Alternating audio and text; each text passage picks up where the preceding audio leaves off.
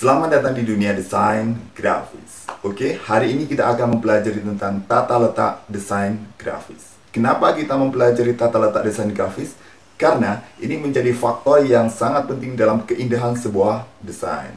Yang jadi pertanyaan di sini adalah, apa saja sih unsur-unsur tata letak desain grafis?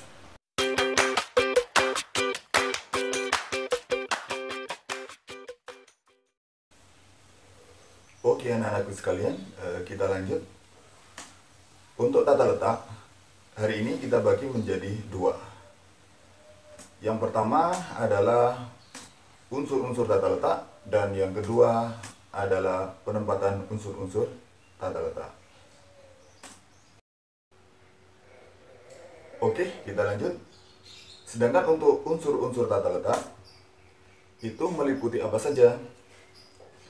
Yang pertama adalah garis, yang kedua adalah bidang, yang ketiga adalah ilustrasi, yang keempat adalah tipografi, yang kelima adalah warna, yang keenam adalah gelap terang, dan yang ketujuh adalah tekstur, serta yang kedelapan adalah ruang.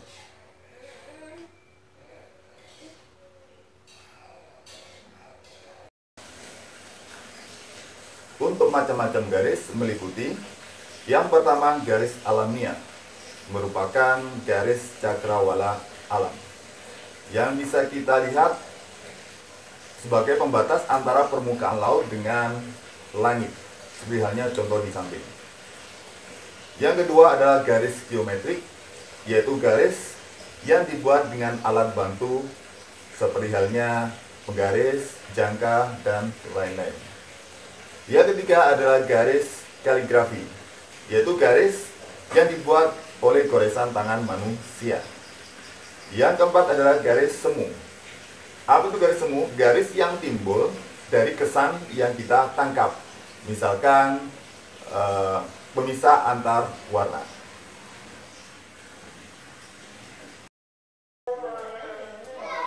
Sekarang untuk fungsi garis. Yang pertama, garis vertikal. Garis vertikal memberikan kesan tenang, kekuatan, dan kemegahan.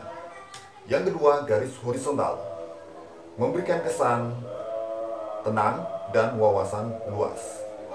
Garis putus-putus memberikan kesan gerak dan gelisah. Untuk garis diagonal memberikan kesan gerak dinamis. Untuk garis lengkung memberikan kesan luas, irama, dan santai. Untuk garis zigzag memberikan kesan dinamika dan gerak cepat. Untuk garis spiral memberikan kesan kelahiran dan gelombang kekuatan. Sekarang bidang. Bidang berupa objek yang memiliki dimensi panjang dan lebar bersifat pipi berbentuk dua dimensi.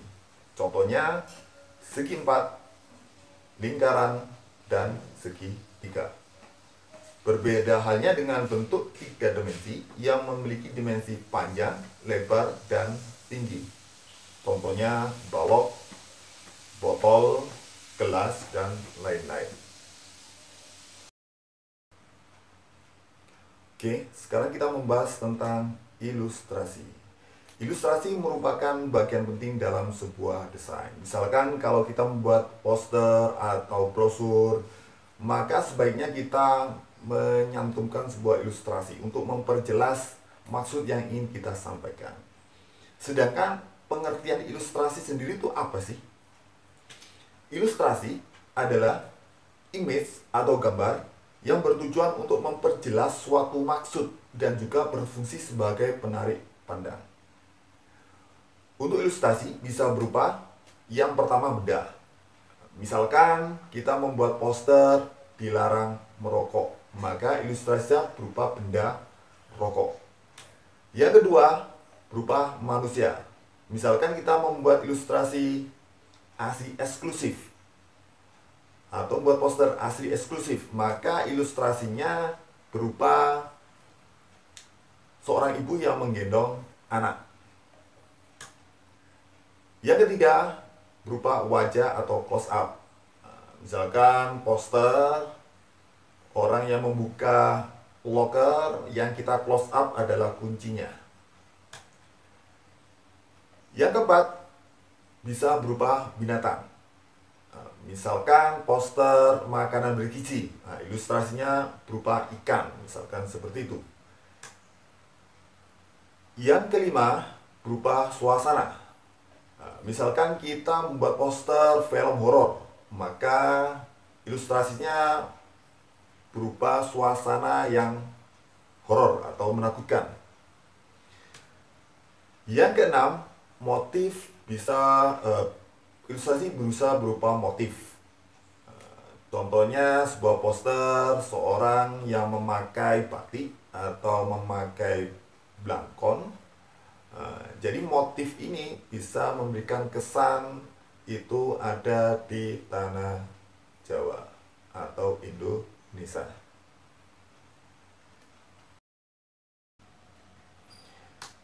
Tipografi erat kaitannya dengan huruf. Kalau kita kaitkan dengan tata letak, pengertian tipografi adalah cara memilih dan menata huruf serta penyebarannya pada ruang-ruang tersedia. Huruf selain sebagai pemberi pesan, dia juga sebagai daya tarik. Nah, misalkan contoh pada poster di samping. Mata pembaca akan tertuju langsung pada huruf yang kita susun. Sedangkan bumi memperjelas maksud yang ingin kita sampaikan. Variasi huruf.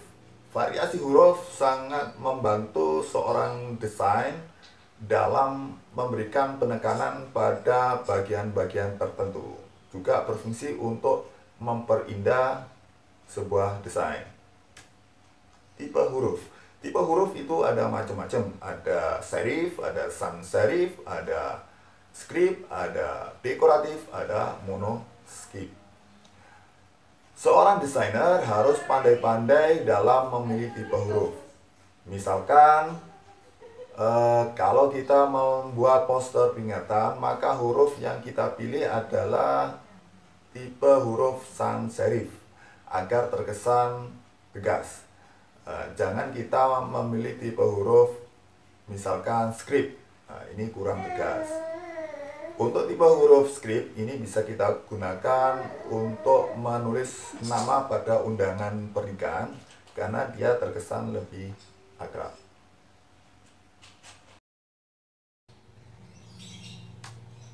Warna.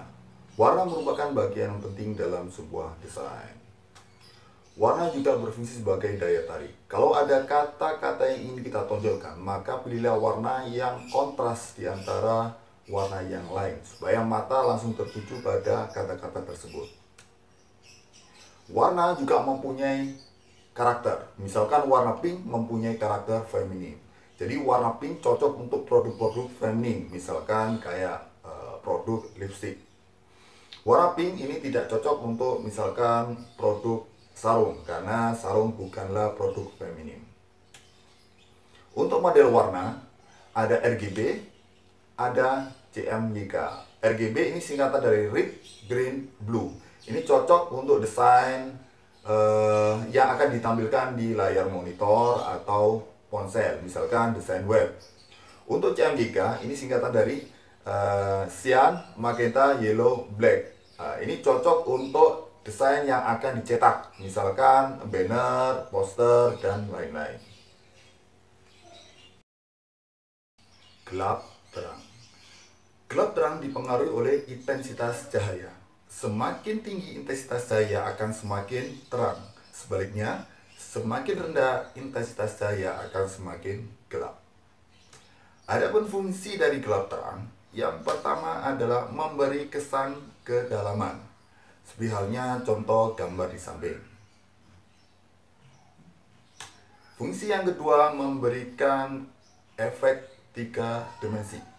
Sebenarnya contoh gambar di samping, gelap terang memberikan efek 3 dimensi. Yang ketiga, kontras. Segitiga yang mempunyai intensitas cahaya tinggi akan lebih terlihat kontras terhadap background yang mempunyai intensitas cahaya rendah atau gelap. Tekstur. Tekstur merupakan sifat permukaan sebuah benda. Terkadang kalau kita mendesain, kita membutuhkan tekstur. Misalkan tekstur halus, tekstur kasar, tekstur mengkilap. Sebagai contoh, kita mendesain loft. Kita memberi kesan mengkilap dengan menambahkan warna putih agak transparan supaya ada kesan pemantulan cahaya. Ruang atau space. Pada desain grafis, ruang biasanya dijadikan sebagai unsur pemberi efek estetika desain. Maka kita harus mengatur, memberi space atau ruang agar desain menarik untuk dipandang. Seperti halnya contoh yang pertama, ini kurang menarik karena space-nya kurang, terkesan penuh dan ruwet. Beda halnya dengan contoh poster yang kedua. Nah, ini lebih menarik karena space-nya pas dan tertata dengan rapi. Oke, demikian untuk pertemuan kali ini. Selamat berkarya dan terus semangat. SMK Ketintang Surabaya, kreatif, inovatif, dan kompeten.